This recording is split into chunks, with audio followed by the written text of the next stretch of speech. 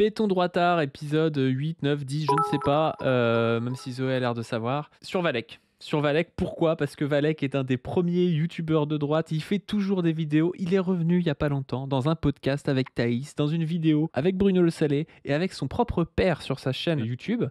Et donc c'était l'occasion de parler de Valek, de son parcours, de ce qu'il a représenté, de comment il a évolué. Et on va faire ça avec Dr Zoé. Dr Zoé, comment ça va ? Salut tout le monde, ça va très bien. Je suis trop contente qu'on retourne sur les Pétons droitards. Moi, vraiment, c'est toujours trop bien. Donc voilà, je sais qu'il y a plein de gens qui sont contents aussi. En plus, on fait Valek, c'est vraiment le classico, j'ai envie de dire. On va retourner dans notre jeunesse. On va vivre des moments de nostalgie, de comment ça se passe, les droitards virils à l'époque où ils faisaient des vidéos avec avec des voix en IA et en cachant leur tête en mettant un smiley à la place. Franchement, ça va être chambé. En plus, je vois que tu t'as dit qu'il était revenu avec Thaïs et tout. Moi, c'est des trucs que j'ai pas vus. Oh, ah là là là là là là là. S'amuser les copains, ça va être trop bien. Allez. Bon, ben, on part justement plaisir. avec Thaïs. Alors, on commence pourquoi ? Parce que dans la vidéo avec Thaïs, au début, il parle de son parcours, puis après, on va faire une rétrospective. Tu vois, c'est un Péton droitard qui a un petit peu pensé. Et donc là, il est avec Thaïs dans une vidéo qui a un peu bidé. 44 000 vues en 5 jours. Pour Valek qui fait, je sais pas, 200 000 vues par vidéo. Et bon, peut-être Thaïs qui est moins connu que Valek, tu vois, peut-être. Mais ça m'a étonné parce que Thaïs fit Valek, ça donne envie de cliquer quand même, tu vois. Et pourtant, ça a un peu été ghosté. Alors peut-être que la vidéo était shadowban, j'en sais rien. Mais bref, on va commencer par ça. Valek qui nous parle de son parcours. Est-ce qu'on peut juste lire le titre de cette vidéo ? Pas dû. Ouais, Valek démonte la droite, les femmes et les hommes médiocres. Franchement, moi, ça déjà, ça me vend du rêve. Je sais qu'on va passer un bon moment, quoi. Il y a Thaïs qui met « Aujourd'hui, on parle de féminisme, bodycon, business et milieu politique de droite. » Moi, j'ai porté plusieurs casquettes, on va dire, tout au long de ma carrière de youtubeur, même si j'aime pas trop ce terme. Au début, j'ai commencé vraiment pour le fun, parce que j'avais des choses à dire. Et ensuite, ça s'est transformé en militantisme. Mais je me corrige, quand je parle de militantisme, c'est du militantisme qui vient de moi. C'est-à-dire que je milite pour moi-même, pour mes idées et ma façon de penser. Donc j'ai jamais voulu être associé à un parti politique. De toute façon, ça se serait su si c'était le cas. Et après, évidemment, en fait, ma curiosité naturelle m'a amené à aborder plein de sujets comme les relations hommes-femmes, la politique et tout un tas d'autres choses. Et in fine, je suis arrivé... Je sais pas pourquoi les relations hommes-femmes, c'est pas politique. Mais... Oui. Bon, après, j'ai envie de dire, oui, tu as abordé absolument les thèmes qu'aborde l'extrême droite classiquement sur Internet, quoi.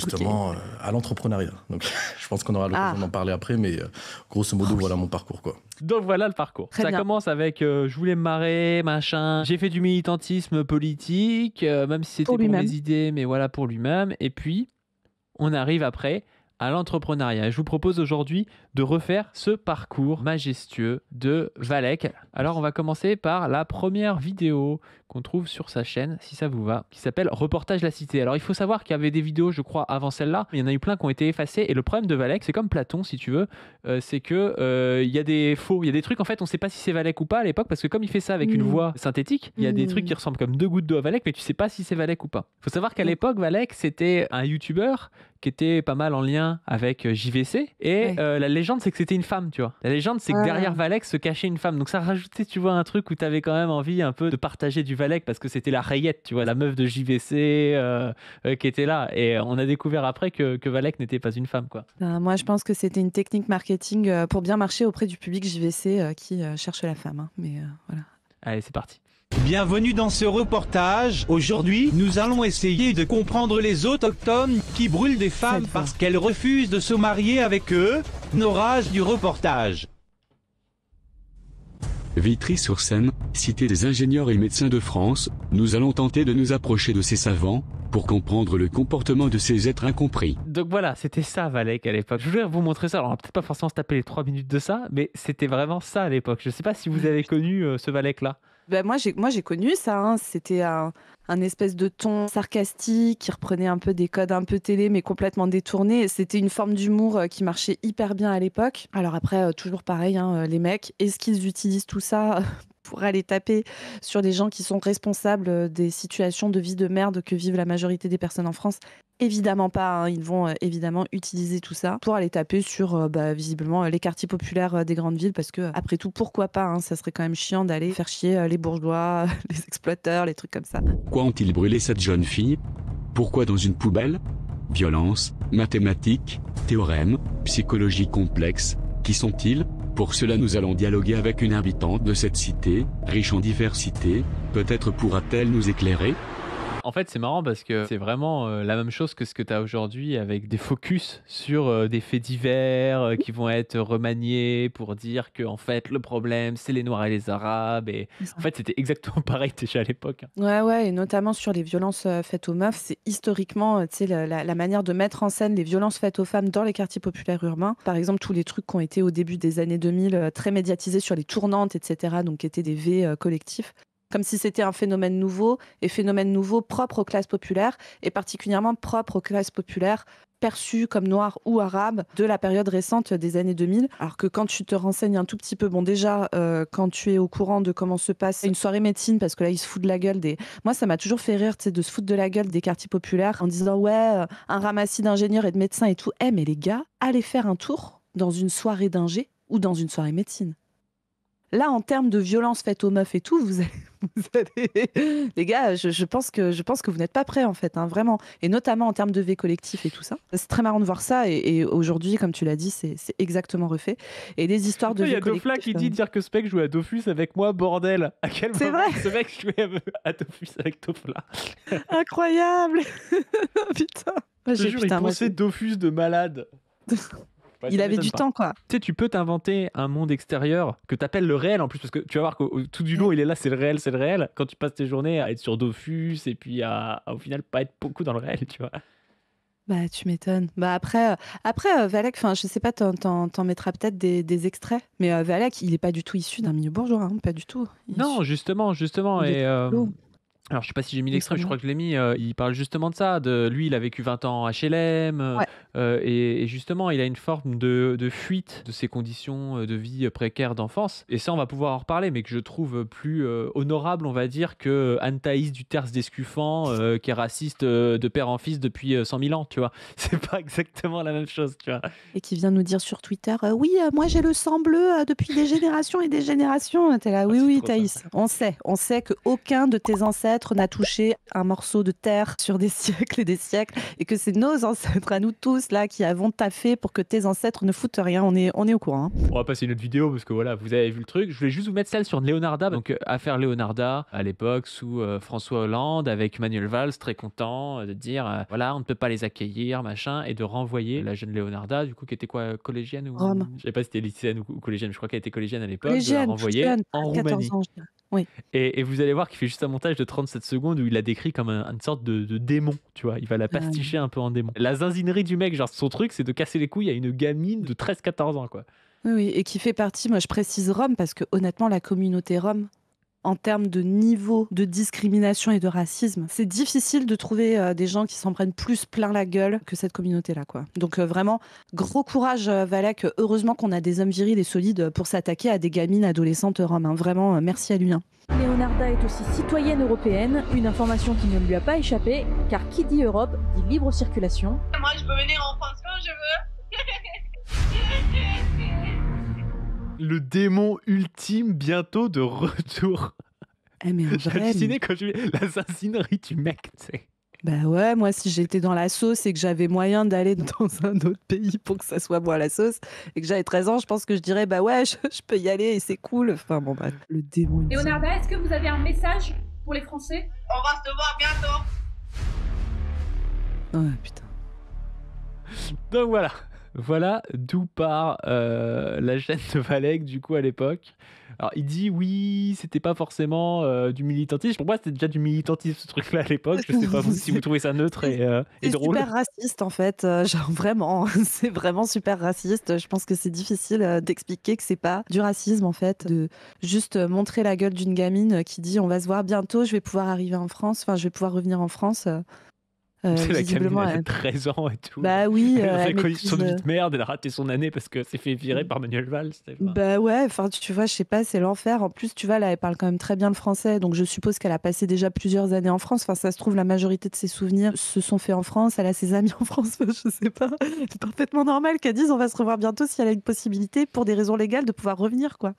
Mais en plus, tu vois, on peut vraiment en vouloir au PS parce que c'est le PS qui a fait cette merde. Alors, ce qui est drôle, c'est que Valek, du coup, pensait comme le PS à l'époque. Hein. Les les gars se pensaient un peu en contradiction avec le pouvoir en place. Je suis désolé, tu pensais comme Manuel Valls à l'époque, tu vois.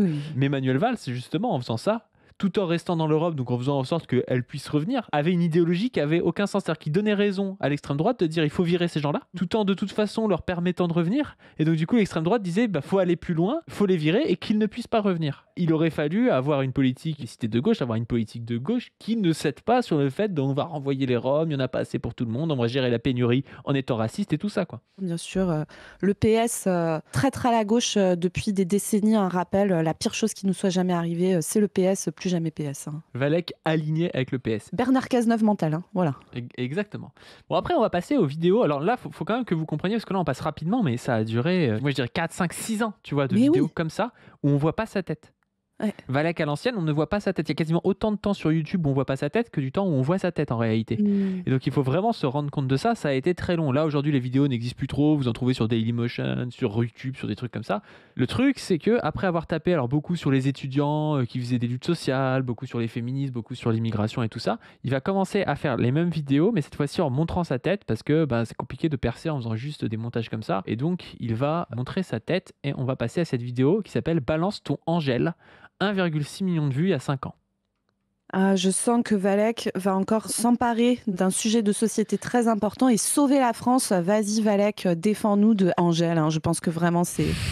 J'imagine qu'elle a dû faire une chanson où elle a dit des trucs un tout petit peu féministes qui ne mangent absolument de pain à personne. Et que là, d'un coup, Valek, avec sa grosse virilité, s'est dit « Ah oui, là, ça, c'est pour moi. C'est moi le chevalier, j'arrive. » C'est exactement ça. Tu vas voir la panique du mec devant Angèle. Genre, tu comprends pas pourquoi pour une musique de merde. Enfin, de musique de merde, je critique pas la musique, mais tu vois, genre, c'est tellement normie, tu vois, niveau féministe. C'est un truc random, tu vois. La fragilité de ouf. Bon, bref. Regarde ça. Et l'orphelin. Et c'est là que l'idiot utile, habitué à la soupe qu'on lui sert régulièrement, ne se posera pas plus de questions que ça. Des questions qui sont quand même fondamentales. Qui sont les harceleurs? Dans quel contexte socioculturel agissent-ils? Blâmer toute une catégorie de personnes et prôner la non-stigmatisation, n'est-ce pas diamétralement opposé aux valeurs néo-féministes? La femme est-elle exempte de défauts? Ou veut-elle en venir réellement? Et tout un tas d'autres questions qui resteront sans réponse parce qu'il s'agit là d'une obligation morale impérieuse. Poser des... Il s'est senti agressé. Il s'est senti agressé de ouf pour une musique d'Angèle. Il est super vénère pendant 8 minutes. Non mais quand même, je suis désolée, mais mettre comme ça qu'on est tous dans le même sac, mais moi c'est bon, moi je suis gentille. Let's go Valek. Montre-nous que tu vas pas te laisser faire par une chanson d'Angèle quand même. Les questions, c'est être misogyne et participer à la campagne d'oppression contre les femmes. Tu crois que c'est du respect mon garçon? Est-ce que tu crois que c'est du respect? Balance ton quoi? Bah oui, balance, on attend que ça. On va attendre longtemps et c'est voulu. On oriente explicitement le public sur l'homme avec une part d'imprécision et on le laisse spéculer. Cette stratégie permet de toucher tous les hommes sans aucune distinction. Le mec, il est en sueur parce qu'il y a Balance ton quoi et que Balance ça pourrait être tous les hommes et du coup voilà. Ouais. Le mec fait des vidéos sur les Roms, sur des collégiennes Roms, sur tous les Noirs et les Arabes et tout, en plein échange. Et par contre, sur ça, il est là ouin quoi. Ah ouais. Non, c'est quand même... ça veut dire qu'on pourrait peut-être dire que moi, je pourrais être en situation d'agresser des meufs. C'est vraiment pas sympa. Ce qui veut simplement dire qu'un violeur sera jugé à la même enseigne que celui qui ne l'est pas. Personne dit ça, tu vois. Quel féministe dit un violeur est jugé à la même enseigne que quelqu'un qui l'est pas, tu vois. Voilà. Alors Valek, je vais ressortir mes stats, je vous les ressors à tous, oui je suis désolée, je le fais vite. Je vous rappelle que entre 5 et 10% des victimes de V portent plainte, ce qui est vraiment très peu, que dans les plaintes déposées, 94% sont classées sans suite, et donc il va falloir arrêter de nous raconter qu'il y a genre des millions d'hommes dans ce pays qui subissent des accusations de V et qui finissent tous par pourrir en prison et passer jeter l'opprobre et je sais pas quoi et tout. Non les gars, faut arrêter. La réalité de ce pays, c'est qu'il y a des millions de crimes S qui ne sont pas punis, qui ne le seront jamais. On peut même se poser la question de est-ce que vraiment la solution, ça serait d'aller punir tous les crimes S qui ont été perpétrés, parce que sinon, autant vous dire qu'il va falloir construire à peu près 50 fois plus de prisons que ce qu'on a actuellement. Il y a à peu près 200 000 V et tentatives de V par an en France. Ça en fait 575 par jour. D'accord? Par jour. Arrêtez de nous saouler avec le fait qu'on vous accuse à tort, etc. Enfin, vraiment, faut se détendre, en fait. Si ça, pour vous, c'est la violence, vous n'êtes pas prêt pour faire face au monde, en fait. Autrement dit, c'est un procès d'intention. Procès d'intention qui sera validé par les leviers que j'ai précisés précédemment, car il fera naître un sentiment de culpabilité chez l'homme. Ils commenceront par se questionner et revendiqueront eux-mêmes leur castration par cette idéologie féministe. Le sous-titre « Suis-je un monstre pour avoir dit bonjour à cette femme ?» Ah, il nous fait une espèce de bec BD. On n'a plus le droit d'importuner les meufs. C'est quel niveau de fragilité quand même. Mais Valek, sérieux, est-ce que tu te rends compte que l'immense majorité des meufs à 12-13 ans, elles se tapent des types qui s'auto-stimulent à côté d'elles dans des espaces publics? Est-ce que tu captes ça? Et toi, t'es là et tu viens chouiner parce que dans ta tête, peut-être qu'à cause d'une chanson d'Angèle qui passe à la radio et qui vraiment, mais encore une fois, ne remet rien en cause de l'ordre social, rien. Peut-être que toi, tu vas culpabiliser d'avoir dit bonjour à une meuf, mais pitié quoi. 1,6 million de vues quand même. Hein. 88 000 likes. Hein. C'est vrai, hein. C'est vrai que ça culpabilise beaucoup, hein, putain. Malinx le lynx. Je rappelle quand même que cette idéologie est autant nocive pour l'homme que pour la femme. Et pour les ahuris qui me diront « Oh, Valek, au moins tout le monde se remet en question ». Vous êtes une fois de plus tombé dans un piège. Les réels déviants, violeurs, harceleurs et tout ce que vous voulez ne seront pas impactés par cette vidéo. Premièrement parce qu'ils ne l'auront sans doute pas vue. Deuxièmement, ils sont... De quoi? Impactés par quoi? Par ta vidéo ou par la vidéo d'Angèle? Pourquoi les gens qui font qui commettent des V, ils seraient impactés par une musique d'Angèle, tu vois? Je rappelle quand même que comme il y a énormément de gens qui ont subi des violences S, on peut se dire que chaque auteur de violence, allez, admettons qu'il agresse 15 à 20 personnes, qu'il y ait 15 à 20 fois moins d'auteurs que de victimes. Ça reste quand même vraiment beaucoup de gens. Hein. Statistiquement, dans les 1 600 000 personnes qui ont regardé ta vidéo, il y en a un. Mais genre, il y en a vraiment. Statistiquement, il y en a forcément dans ta famille ou dans tes potes, tes collègues et tout. C'est sûr. Après, moi, contrairement à l'extrême droite, moi, je suis pas pour foutre tout le monde en tôle 20 ans et tout, parce qu'encore une fois, déjà, matériellement, ça ne va pas être possible. Et puis surtout, c'est pas ça qui fait baisser le niveau de violence dans une société.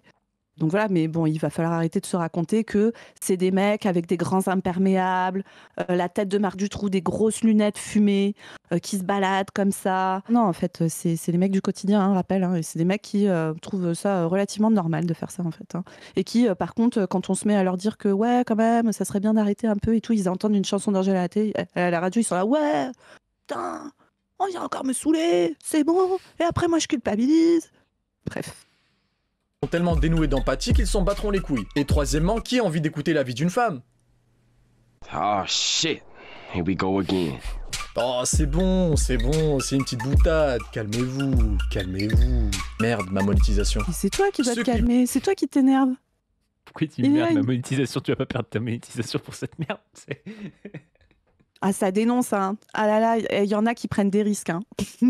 Ça prend des gros risques, hein. Vise un public bien précis et aura l'influence d'infos positifs. C'est-à-dire que sous ses airs bienveillants, il véhicule un message dangereux. Comme je viens de le dire, il va perpétuer la castration des hommes et c'est comme ça qu'on se retrouve avec des hommes. Perpétuer la castration des hommes. On parle de la vidéo, de la musique d'Angèle, c'est le truc de ouf. Ça passe de la musique d'Angèle à perpétuer la castration des hommes avec une vidéo d'un type où tu sais pas qui c'est pas en France et tout, c'est un random et tout. Tu sais pas ce que ça veut dire cette vidéo. Où sont ces millions d'hommes castrés, Valek? Mais dis-nous, en fait. Comment ça se passe? En fait, quand t'écoutes Angèle, d'un coup, les testicules tombent par terre, comme ça. Et après, il y a des femmes, comme ça, qui les mettent toutes dans des grands sacs et qui les gardent. Et après, tous les hommes sont là, ils cherchent leurs testicules. Enfin, comment ça se passe, en fait? Que s'est-il passé à ce moment-là? Explique-nous. Les gens qui demandent quand c'était, elle était il y a 5 ans, cette vidéo. C'était, tu vois, il avait même pas l'excuse d'avoir 12 ans et demi, je suis désolée. Mais... Untermensch qui ne bougeront pas le petit doigt le jour où faudra s'interposer dans le métro quand une fille se fera agresser. Parce qu'ils auront tellement été angoissés par ce paradigme du féminisme qu'il ne leur apprend plus à être des hommes qu'ils en sont automatiquement bridés. Pour schématiser ça, il y aura une confrontation entre deux Je vois pas pourquoi le fait d'écouter Angèle ou devenir féministe, ça ferait que tu défendrais pas des meufs dans le métro, tu vois. En fait, pour pouvoir accepter d'avoir une confrontation physique avec quelqu'un qui agresse quelqu'un, c'est nécessaire d'avoir des structures mentales où tu trouves ça normal d'agresser les meufs? Je ne comprends pas. Extrême. L'homme dévirilisé contre son Un mec random à chaque fois. Homonyme, l'homme ultra viril, dénué de sens moral et soumis à ses bas instincts. Mais je pense que vous savez comme moi qui se fera fracasser. Le féminisme actuel est tellement oppressif qu'il veut prendre l'ascendant sur l'homme. Une fois de plus, rien n'est choisi au hasard. L'homme, détenteur du phallus, est ici démis de ses fonctions avec une Angèle grimée en juge, dans une robe bien trop large pour ses frêles épaules, dans une incarnation des codes de l'autorité, la place du patriarche. Laisse-moi te chanter, allez te faire. Elle invite l'homme à se faire par le trou du cul. Voilà. On va s'arrêter là pour cette vidéo, mais voilà la panique morale quand Valek va commencer du coup à faire des vidéos sur tous les thèmes d'extrême droite. Racisme, immigration, féminisme. Il va faire des trucs aussi sur l'écologie, puis on va voir comment ça va évoluer petit à petit pour qu'il arrive aujourd'hui. Est-ce que tu as des choses à nous dire sur cette vidéo avant qu'on passe à la prochaine? Je pense que j'en ai dit beaucoup déjà. Bon, bah écoutez, fragilité masculine, hein, moi j'ai pas d'autres termes. Je veux dire, le fait d'avoir l'impression que tu vas être castré par une vidéo d'Angèle, qui est vraiment, mais je veux dire, la version la plus... Enfin, les gars, vous n'êtes pas prêts. Vous n'êtes pas prêts pour les féministes un peu basées qui ont vraiment prévu de faire des décisions politiques qui changent des trucs. Hein. Parce que là, si déjà une chanson c'est trop, waouh, vraiment, mais... Zoé a dit qu'elle voulait castrer les hommes, là. Oui, évidemment. Hein, oui, moi, je me fais des colliers avec, hein, vous savez, c'est comme ça que ça marche. Hein. Là, on passe à, il y a 3 ans, qui va commencer à monétiser un petit peu plus. Il va rentrer un peu dans le truc entrepreneurial, dans la boutiquerie, quoi.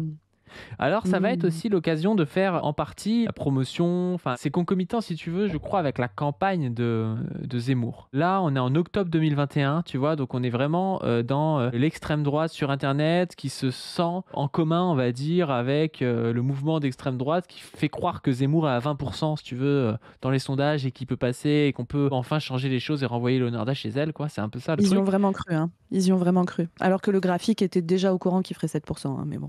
Exactement, le graphique l'avait déjà prévu. Et donc, on va se retrouver avec une vidéo avec le fameux bail d'extrême droite. Il n'est pas raciste. Il n'est pas raciste, Valek, mais il est anti-antiraciste. Et ça, c'est bon, ça. Voilà, il va nous faire une vidéo anti-antiraciste. C'est trop bien. Après, c'est vrai, tu vois que, en fait, moi, je trouve que c'est bien d'avoir des priorités dans sa vie pour sauver son peuple. Les adolescentes roms qui ont besoin d'aller à l'école, les chansons mainstream d'Angèle, et donc les antiracistes, qui, j'imagine, sont les vrais racistes, je suppose. Hein. Ah bah oui, allez, c'est parti. Les priorités. Alors, me revoilà assez vite parce que aujourd'hui on n'est plus au stade de débattre sur l'existence ou non du racisme anti-blanc. C'est quelque chose qui est aujourd'hui acté et vérifiable. 14 musiciens virés en Grande-Bretagne parce qu'ils sont blancs. Oh.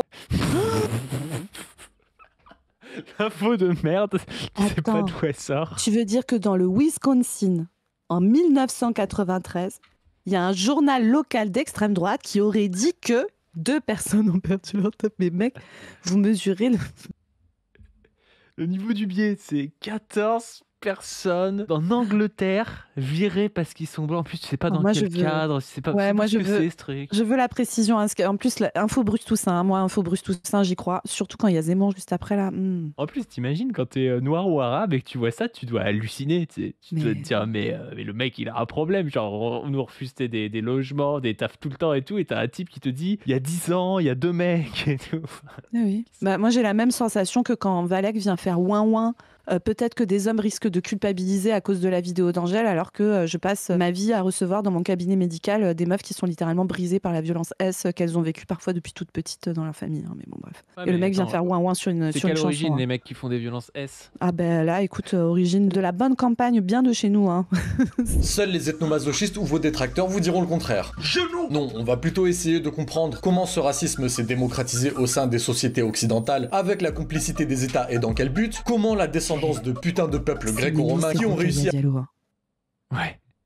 à dompter l'électricité pour créer des puces implantées dans des missiles balistiques à des fins démocratiques. Ça, c'est ma fusée, enculé de ta mère. Se sont retrouvés à s'excuser de vivre. Est-ce qu'à un moment donné dans l'histoire, un type s'est reproduit avec un cancre là et on s'est retrouvé avec des profs de sociaux ayant du cafard dans leur généalogie? Point d'interrogation. Comment se fait-il que l'on puisse brûler des drapeaux ou insulter de sales blancs tout un peuple sur son propre sol et que la seule chose qu'on risque, c'est un rendez-vous dans le bureau de la CPE? C'est pas bien, il fallait pas le faire. Klebs de Babtou. Alors.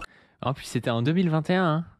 Je veux dire, en 2021, on est déjà dans la fascisation. Si tu brûles un drapeau, mais tu te fais défoncer sur tous les médias et tout, alors que, tu sais, t'as des attentats, t'as des mecs qui essaient de faire péter des mosquées régulièrement, on n'entend jamais parler, tu vois. Évidemment. Donc vraiment, à ce moment-là, ça devient très très compliqué à soutenir ces propos, tu vois. Parce que t'es un militant d'extrême droite, évidemment. Tu vois. Ah ouais, et puis je suis désolée, mais aller voir chaque micro-truc de groupuscule un peu, tu vois, dont tout le monde se fout, qui n'ont aucun impact sur le pays et tout, pour se faire très très peur. Enfin, moi, je comprends pas. Hein. Je ne comprends pas. Je rappelle que actuellement ils sont en train d'attaquer la sécurité sociale, qu'il y a une crise du logement monstrueux, qu'il y a eu une inflation de dingue, qu'il y a plein de gens qui peuvent pas se payer de la bouffe. Enfin bon, bref. Que normalement, il s'agit d'un crime de haute trahison pour lequel on attache tes pieds à un cheval dopé au train de Bologne qui te traîne hors des frontières en espérant que tu aies imprimé la carte de la France dans ton dos. Dans cette vidéo, vous comprendrez comment certains occidentaux sont devenus... C'est quoi la vidéo qui montre? Ça s'appelle quoi qui avait écrit je suis un homme blanc. Dans ton dos. Dans cette... Je suis un homme blanc et je suis désolé. C'est quoi cette vidéo? C'est qui ce gars? Putain, personne sait Mais qui c'est. Valek, écoute. Tu vois, en fait, partout, dans tous les camps, il y a des débiles. Là, toi, si t'as envie d'aller, alors je ne veux pas diffamer cet homme, je ne sais pas ce qu'il a raconté dans sa vidéo, mais tu vois, tu prends le moindre prophète qui vient se pseudo-flageller sur sa situation, etc. Alors d'ailleurs, moi, je veux, parce que en général, quand ça reste à une échelle très individuelle, de dire « Oh là là, moi, je suis très triste d'être un homme blanc. Et vraiment, c'est très très mal d'être un homme blanc et tout. Oui. Alors moi, je veux voir concrètement comment ça se passe, comment tu te comportes avec les gens, parce que je n'ai pas a priori confiance sur ce genre de discours, voire même, bon voilà. Et du coup, bon, Valek, écoute, je veux dire, ces gens ne sont pas représentatifs des groupes politiques qui militent et qui potentiellement peuvent prendre le pouvoir dans le pays. Tu es quand même conscient de ça. Enfin, je sais pas. Comment certains occidentaux sont devenus des cul-de-sac génétiques et destructeurs de civilisation. Et bien évidemment, je précise, quand je parlerai du blanc, je parlerai uniquement de l'ethnomasochiste. D'ailleurs, pour ceux qui ont besoin d'un rappel et de détails pour en finir avec cette idéologie pernicieuse qu'est l'antiracisme, j'aimerais vous présenter un outil indispensable. Alors voilà, là il commence à être boutiqué. Ah putain, oui, c'est son PDF des enfers de 30 pages à 30 balles là, 1 euro la page là. Ouais, putain. Et pour en finir avec cette idéologie pernicieuse qu'est l'antiracisme, j'aimerais vous présenter un outil indispensable confectionné par mes soins et qui vous sera très utile en complément de cette vidéo. Mais au Grand Valek, qu'est-ce que c'est? Je vous présente le guide ultime pour démonter l'idéologie antiraciste. Dedans, vous trouverez toutes les infos nécessaires avec études scientifiques, statistiques, historiques et factuelles, avec un condensé de livres réputés pour envoyer sur orbite tous les milliers. Oh, je l'ai pas. Non, là, je l'ai pas sur moi, non. Pitié, quelqu'un du chat ou de YouTube, sérieusement, si quelqu'un a ce truc, alors, si c'est légal et tout machin, pitié, envoyez-le-moi. Pourquoi il y a quelqu'un qui l'a balancé dans le chat, là? Est-ce autorisé de faire ça? Si c'est autorisé, c'est un lien... Putain, j'arrive pas à le choper, là. C'est un lien... Je sais pas ce que c'est... Bon, on va dire que nous, on pense que c'est autorisé. Du coup, on n'est pas au courant si c'était pas autorisé. Oh, mais déjà... Oh là là là là là là là là là. La mise en page, putain. Je suis désolée, mais là... cette page après la pub, souscrire... Ah ouais, non, c'est... On va pas... Non, mais juste qu'on comprenne le bail. Attends, je veux bien la pub, là. Non, mais imagine pas du... Je vais avoir le sommaire, Il y a des centaines et des centaines d'auteurs incroyables qui ont réfléchi toute leur vie sur la théorie antiraciste, etc., qui l'ont mis en balance avec toute l'histoire de la pensée, qui ont croisé. Il y a des pensées antiracistes dans plein de pays différents, qui articulent ça avec plein d'épistémologie et tout, de dingo. Et lui, il arrive et il pense ça. Et il pense que ça vaut, parce qu'il le vendait combien, sa merde? Il le vendait 30 balles. Je sais pas, genre 20-30 balles ou un truc comme ça, à 45 pages. Et en plus, il y a des pages de blanc, il y a des pages où il y a 2 lignes. Genre, l'histoire de France, ça fait 3 pages. La colonisation, un livre antiraciste, la colonisation, c'est pages 36 à 37. La police américaine, bon bref, là, désolé, je vais faire ma grammaire nazie, mais putain, juste fait un putain d'effort, quoi. La police américaine avec un S. Comprendre l'idéologie antiraciste, le white privilege, ça existe. Le privilège non mais blanc. attends, mais c'est que dans chaque page en plus, mais il y a l'équivalent de 10 lignes écrites. Oui, regarde, il y a des... Mais c'est une dinguerie. Il y a des mèmes JVC, quoi. Ah, il a mis un graphe. Harry Oliver. C'est quoi? Ah oui, le graphe, c'est Mohamed est le prénom le plus donné aux enfants. Ah, aux États-Unis, du coup, parce que j'imagine que Harry et Oliver, c'était pas les prénoms, putain. Pas été patriote, hein. Peggy McIntosh. C'est des États-Uniens mentaux. Oh là là là là. C'est des Pourquoi il y a une page mentaux, entière sur Peggy McIntosh? Je peux faire mes courses seule la plupart du temps avec l'impression de pas être suivi ou harcelé, ouais. Oh là là là là là là. L'esclavage. Oh putain, l'esclavage. Non mais... Il n'y a pas que les Blancs qui ont fait de l'esclavage. Il y en a d'autres aussi, oui, merci Valek. Ah ouais. Je pense que là, on est vraiment... Cette remise en perspective historique nous permet vraiment de comprendre que les vrais racistes sont les antiracistes. Hein. Heureusement qu'il est là. Putain, mais tu vois, le public, là, ils ne se rendent pas compte à quel point on se fout de leur gueule, en fait. Ah, là, c'est quel niveau de manque de respect? Je suis désolée, mais c'est vraiment du manque de respect. Même s'ils vous considèrent comme des débiles, normalement, ils devraient pas faire ça, quoi. Non, c'est le point du réel. Le livre Ariel, Police 18, Risitas hélicoptère de combat. Non, mais c'est exactement ça, quoi. Et du coup, voilà. Là, c'est sa transformation. Est-ce que t'as à boire fou, là? Un boutique ultime, je sais pas. La prochaine fois que vous entendrez parler de racisme systémique, de privilèges blancs, d'esclavage ou toute autre fumisterie, grâce à ce manuel, votre... Pourquoi l'esclavage c'est une fumisterie? C'est pas trop pourquoi. Let's go, avec une petite liste de DBZ, let's go. Votre corps sera possédé et vous serez invoqué tel Exodia le maudit pour répandre la sainte parole qui viendra dangereusement accélérer le rythme cardiaque des wokistes. Véronique, faites un infarctus. D'ailleurs, assurez-vous que votre interlocuteur ait une distance de sécurité avec le manuel, parce qu'il est capable de faire des trucs qui vont le renvoyer en prison. Parce que oui, mon manuel a un casier judiciaire à force de fracasser des types. Alors vous êtes prévenus, ce manuel crache tellement de vérité qu'il faut se préparer à esquiver son molar quand tu l'ouvres.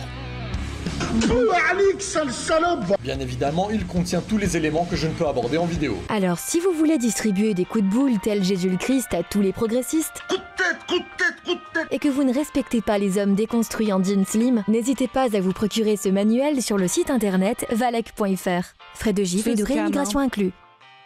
Ah ouais, c'est vraiment le scam, quoi. Le lourd scammer. Hein.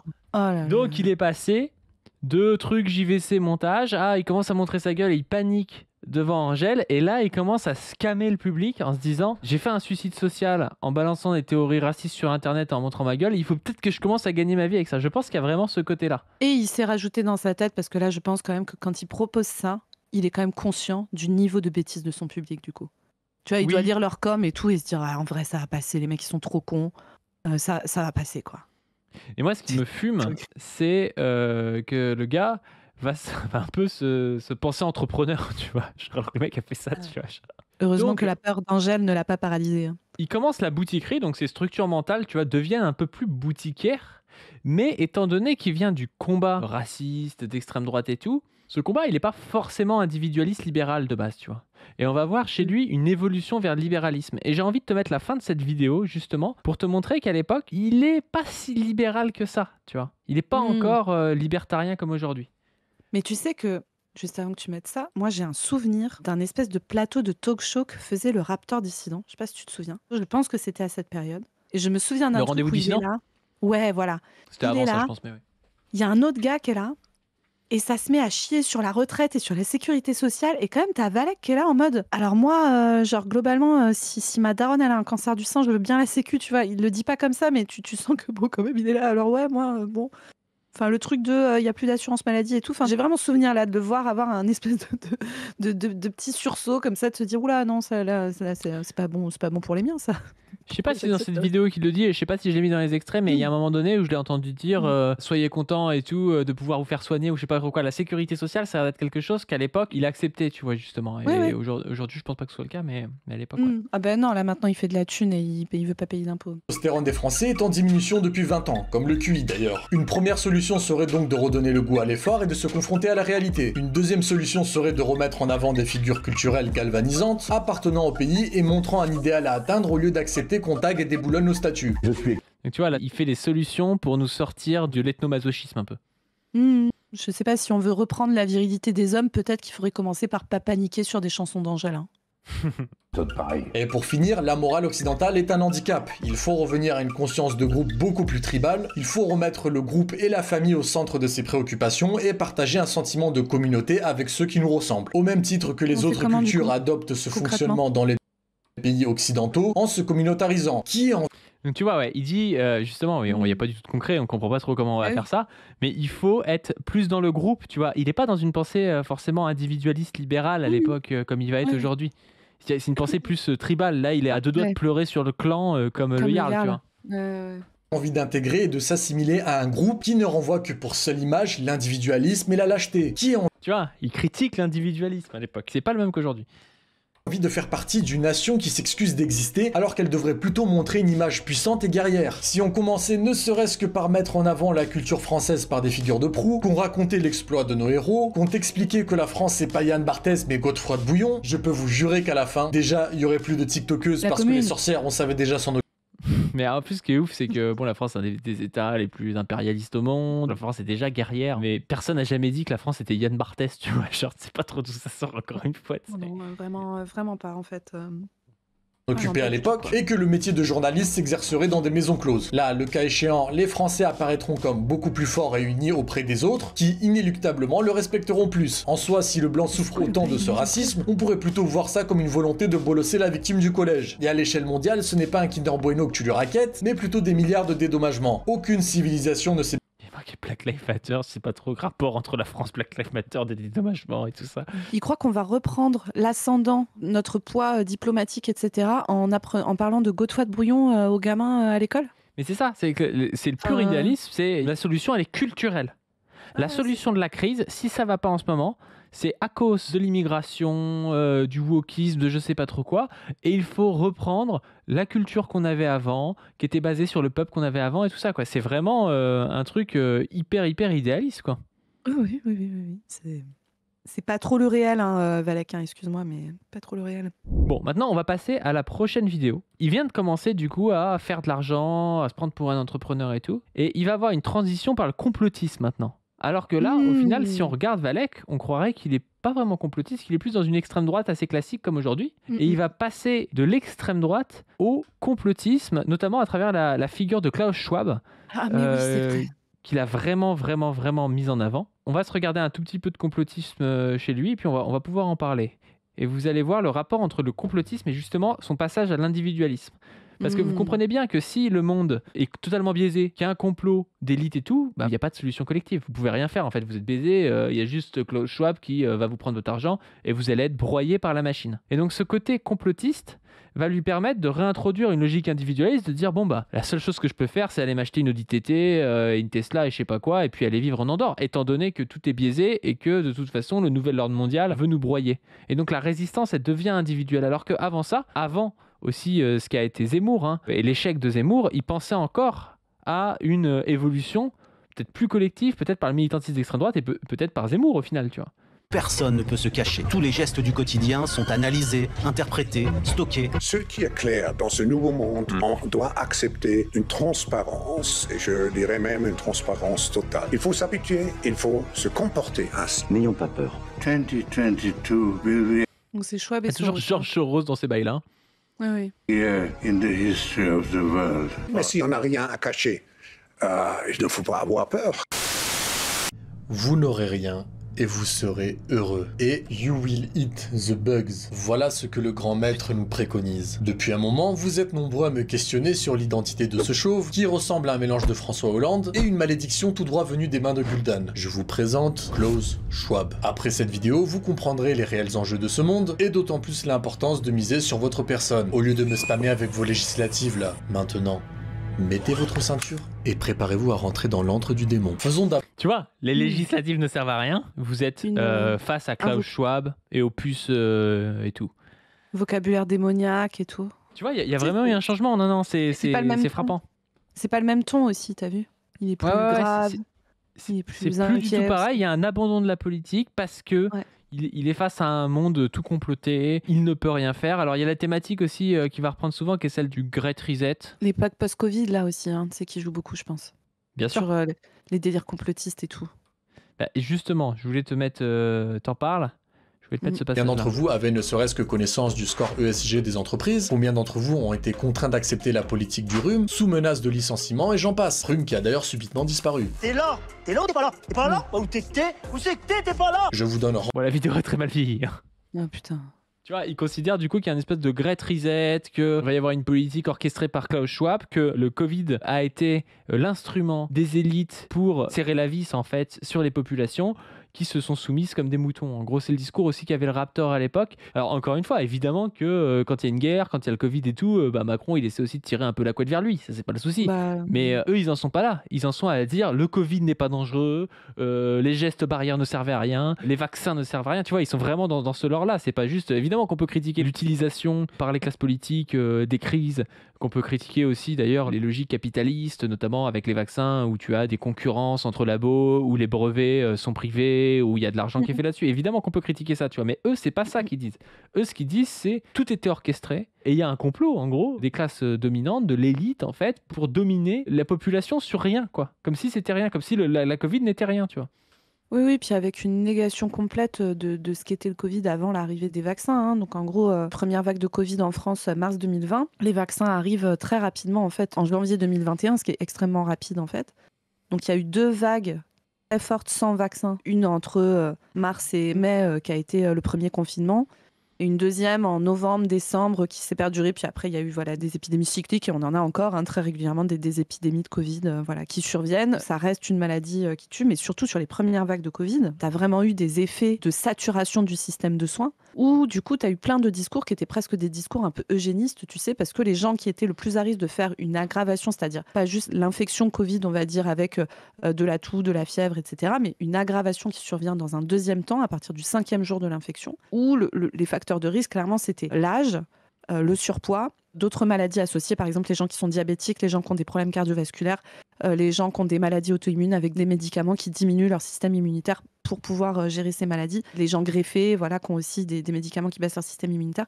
Tout ça, ce sont des gens qui étaient beaucoup plus à risque de faire ces aggravations du Covid qui nécessitaient de passer en réanimation, etc. À l'époque, on n'avait en fait pas grand-chose à faire à part les mettre en réanimation, les intuber, essayer de les ventiler à fond, les mettre sur le ventre parce qu'on ne savait pas quoi faire d'autre et que ça ventilait un tout petit peu mieux, serrer les fesses et espérer que ça passe. En fait, ce que les gens ont mal capté aussi, c'était mettre à l'arrêt tout un pays pour des vieux, en gros, parce qu'il y a eu beaucoup ce discours-là. Bon, déjà, moi, perso, j'ai bien envie qu'on cherche toutes les solutions politiques possibles avant de se poser la question de s'il n'y a pas des vies de gens qui valent rien, quoi. Question de principe éthique et humaniste. En France, la première ville qui a pris très cher, c'est Mulhouse. En Italie, c'est Bergame. Ces villes-là, elles se sont retrouvées à d'un coup avoir, en l'espace de quelques jours, 20 à 30 fois plus de personnes qui avaient besoin de réanimation d'un coup. Et en fait, les lits de réanimation, même si en nombre absolu, ça représentait quelques dizaines ou centaines de personnes sur la ville, en fait, les lits de réanimation, on n'en a pas beaucoup et on en a besoin pour prendre en charge pas que les Covid. Et donc, un système qui est complètement saturé sur la prise en charge du soin intensif direct par les gens qui arrivent par le Covid, c'est aussi un système qui ne peut pas prendre en charge, je sais pas, l'appendicite de la gamine de 8 ans qui arrive avec une appendicite qui s'est compliquée en péritonite, qui ne peut pas prendre en charge l'infarctus du mec qui en a 50, etc. Encore une fois, moi, je trouve que déjà trouver que les vies des personnes obèses, les vies des personnes diabétiques, les vies des personnes âgées, c'est moins grave que les autres. Alors, je rappelle que les personnes très âgées ne vont pas en réanimation, parce que c'est des soins qui, de toute façon, ne leur seraient pas bénéfiques et qui sont trop lourds à supporter pour leur corps.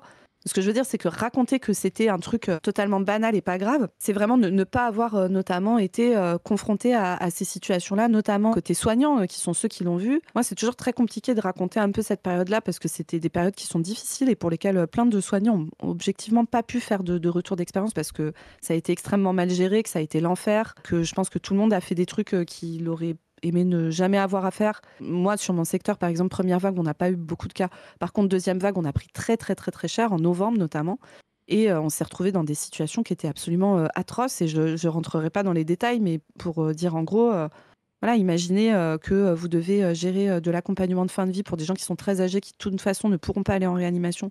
Et qu'en fait, vous n'avez juste pas de personnel et de moyens matériels et médicamenteux pour pouvoir soulager les gens, et qu'il y en a 60 en même temps dans le même établissement qui sont dans cette situation-là.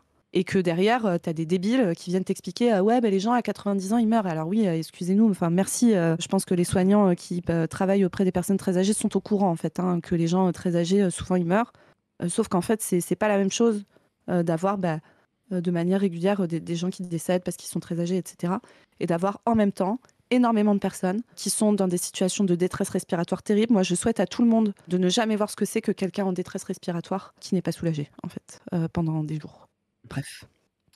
Nous, je veux faire un point un peu psychiatrie. C'était intéressant parce que, si tu veux, la Covid a été presque un moment où il y a beaucoup de choses après qu'on a fait passer sur la Covid, tu sais. Où on a dit, tu sais, les adolescents, ils sont dans un état psychologique pas possible, mais ça, c'est à cause du Covid, à cause du confinement. Ça peut être en partie vrai, hein. Il y a des gens, c'est sûr que quand tu es confiné pendant 6 mois où tu rates les cours et tout, c'est pas super, tu vois. Mais il y a eu aussi une utilisation de la Covid comme un moyen d'expliquer qu'en fait, plein de problèmes qui étaient sous-jacents, qui avaient été mis sous le tapis, tu vois, pendant très longtemps, qui sont des problèmes aussi sociaux, parfois chez des adolescents, notamment Parcoursup, qui rend les adolescents très anxieux à un moment de leur vie où il y a déjà des choix identitaires compliqués et tout. Ça a permis de dire, en fait, c'était la faute de la Covid, on n'y peut rien, tu vois. Ouais. Donc au final, il y a eu une sorte de dépolitisation, je trouve, de certaines questions par l'utilisation de la Covid en psychiatrie qui m'a sauté aux yeux, quoi.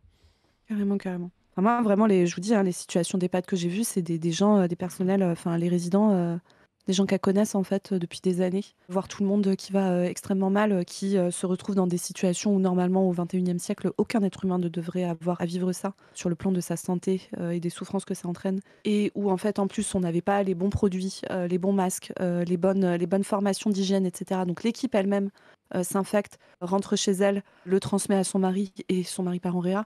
Enfin voilà, c'est compliqué quoi. Et donc ces mecs-là bien planqués qui se racontent que c'était un rhume, etc. Enfin vraiment...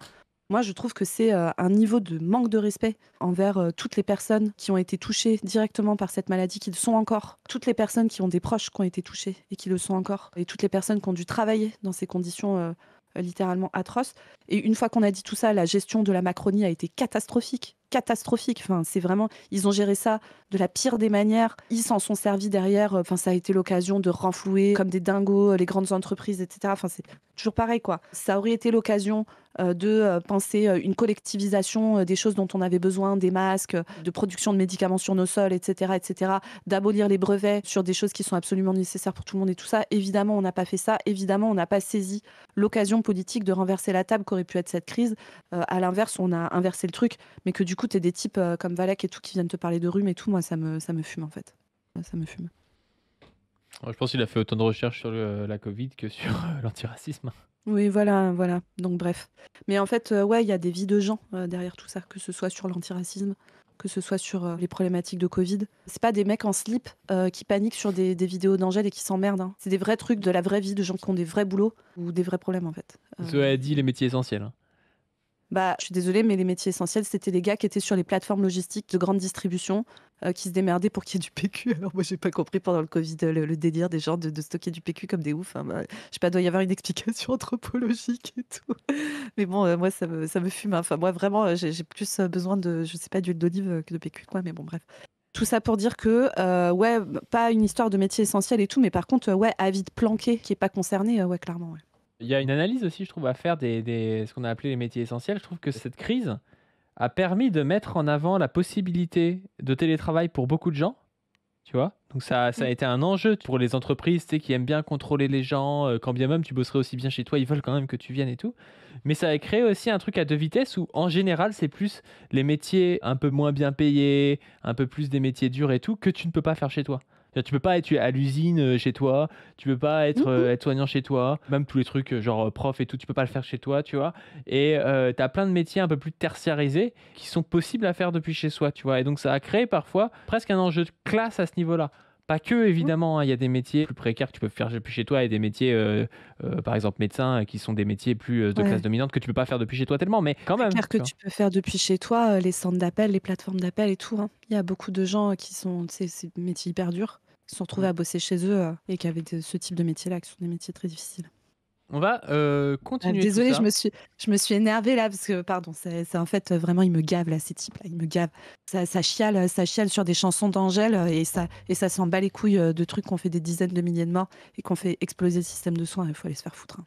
Donc, on se retrouve en fait sur le point où on en est actuellement. Valek est passé du coup de faire des vidéos sur Leonarda à faire des vidéos, il panique sur Angèle, a commencé à monétiser un petit peu ses vidéos avec le truc sur le guide anti-antiracisme. Et puis après, il commence à rentrer dans la boutiquerie et à faire une opposition entre son individu, le complotisme, à dire bah non mais on peut plus rien contrôler, donc la seule chose que je peux contrôler c'est ma petite entreprise et tout, et c'est en parallèle qu'il va commencer à faire des vidéos sur ce qu'il a appelé le nuage. Alors le nuage c'est quoi? C'est sa manière de dire comment être indépendant. Le nuage c'est là où justement plus personne ne vient l'emmerder, c'est d'être un entrepreneur qui va gagner son argent, notamment qui va partir à Andorre et qui va être tranquille sur son nuage, quoi.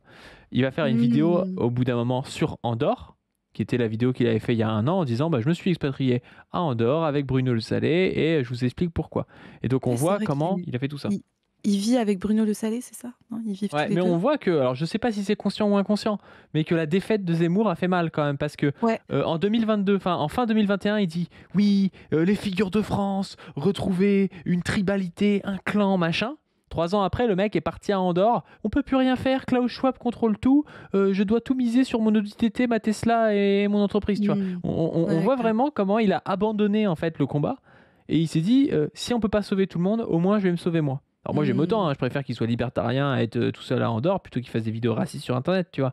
Mais on voit comment l'impossibilité collective la pousser à une espèce de production individuelle, quoi. C'est ça, et puis de toute façon, où là, il oublie complètement l'idée que ça puisse concerner tout le monde, parce que ce type de méthode-là ne fonctionne par définition que si c'est un tout petit nombre d'individus qui s'en sort. C'est impossible que 100% des gens d'une communauté humaine puissent fonctionner comme ça, quoi. Donc maintenant, on passe à l'actu. C'est Valek chez Thaïs. Et là, on va pouvoir voir, du coup, ses dernières évolutions un peu plus boutiquières et son discours actuel, parce qu'il dit qu'il est en train de relancer sa chaîne et qu'il veut redonner un coup de peps à la droite. Et justement, il va dire que la droite est devenue ringarde, que c'est pourri ce que font les nouveaux influenceurs de droite et que lui, il veut ramener quelque chose de plus intéressant. On va pouvoir analyser tout ça. On va commencer à 48 minutes et 32 secondes. Oh putain, tu t'es tapé tout ça, pas dû. Quel courage, hein, bravo. Oui, on a le droit d'avoir des rêves, mais à un moment donné, il faut une... Attends. Valek fit Thaïs... Valek fit Thaïs, ça vend du rêve direct. Hein. Et t'as pas vu les coms. Hein. C'est que Thaïs, elle est OK pour aller avec Valek. Elle se recoiffe, c'est un signe absolu. Il n'y a que des commentaires moitié misogynes et tout. C'est un enfer. Hein. L'odeur du public, le public de son odeur. Hein. C'est là où je voudrais un petit peu basculer sur le côté entrepreneuriat, etc. Le fait de prendre sa vie en main, de prendre les rênes de ta vie en main. Toi, c'est quelque chose que tu cherches à faire et tu pousses tes élèves du Valek Studio à faire ça. Est-ce que tu peux présenter un petit peu qu'est-ce que c'est le Valek Studio ? Quelle est ton ambition derrière ce projet ? Alors, le Valek Studio, j'aime pas parler de formation. Okay. En fait, c'est plus une vision que j'ai avec ce projet que j'ai monté. C'est vrai que ça fait scam de dire c'est pas une formation, c'est plus que ça. Non, c'est vraiment un chemin de vie, quoi. Je veux vraiment en fait développer des hommes avant tout sur leur côté personnel, c'est-à-dire que faire d'eux des hommes de volonté de puissance, hormis je dis le côté financier évidemment qui s'accompagne naturellement.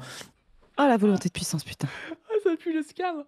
Oh là là, mais moi je suis pour qu'on interdise Nietzsche à tous les droitards. Je n'en peux plus en fait. C'est devenu un red flag pour moi. Qu'on interdise Nietzsche tout court, mais après, on n'est pas les mêmes. Toi, tu es une réformiste du nietzschéiste. Moi, je suis un révolutionnaire du nietzschéiste, tu vois. C'est pas la même chose. Toi, t'es pour qu'on brûle tout, quoi. Oh putain. Non, mais regarde la génération de tocards qui n'ont pas lu en plus et qui croient avoir capté des trucs. Non, moi, je fais pas une formation en fait. Moi, je veux vraiment développer des hommes dans leur volonté de puissance. Ah bah d'accord, Valek, mais là vraiment, mais ça ne sent pas le scam. À mon avis, c'est top. Hein. Vas-y, fais-nous rêver. Mais vraiment, en fait, c'est tout un mindset. Et j'essaie vraiment en fait de faire en sorte de regrouper avec moi. Ça, on aurait pu faire un bingo. Mais oui, le mec s'est transformé en Oussama Hamar. C'est Valek qu'il a fait un from albanais plus français que les Français, tout américanoïde Oussama Hamar, quoi. From albanais raciste et misogyne, tout Oussama Hamar, let's go. Vraiment, en fait, c'est tout un mindset. Et j'essaie vraiment en fait de faire en sorte de regrouper avec moi des mecs alignés sur les mêmes valeurs, qui veulent réellement progresser et justement se décentrer de tous ces délires de relations hommes-femmes, dans le sens où, comme je dis tout à l'heure, je focus sur moi-même et après le reste en découlera naturellement. Donc concrètement, c'est pour ça que j'ai créé en place un nouveau système de compétences, d'apprentissage. On fait des ateliers des mindsets, on fait des rencontres. J'adore, on fait des ateliers des mindsets, ils répètent des éléments de langage. Nouveau système et tu vois, de compétences, d'apprentissage. On fait des... T'as une vieille conversation Discord, c'est le scam. C'est vraiment typiquement du scam, c'est de payer pour des discussions Discord entre des mecs qui ont payé pour y être, tu vois. Je veux connaître le prix. Une fois qu'on aura fini cette partie, on regarde le prix, pas du pitié. Je veux savoir. Des ateliers des mindsets, on fait des rencontres pour vraiment souder cet esprit. Regarde ce genre de rencontre de boxe entre Plus X là. Non, donc en fait, on se met torse nu dans la montagne et on fait de la boxe. Let's go. Comme je dis, global, qui englobe vraiment tous les aspects que devrait avoir un homme. Donc c'est pas juste le côté tu rejoins une formation, tu vas faire je sais pas combien de milliers d'euros par mois. Non, c'est vraiment pour devenir un homme complet. Non mais c'est là où quand même il est plus intelligent que d'autres. Parce que si tu veux, il a capté que de dire je fais une formation pour que tu gagnes mieux ta vie, avec moi tu vas gagner des milliers d'euros, ça fait scammer, tu vas te dire ça. Donc il va alors que là pas du tout.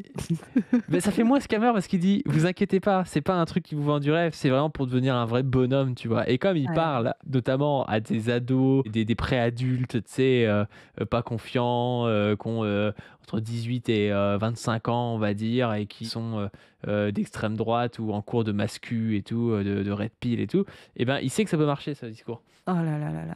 Qu'est-ce qu'on peut prendre les spectateurs de contenu droitard pour des vaches à lait débiles, hein. C'est un truc de fou d'avoir aussi peu de respect pour son audience.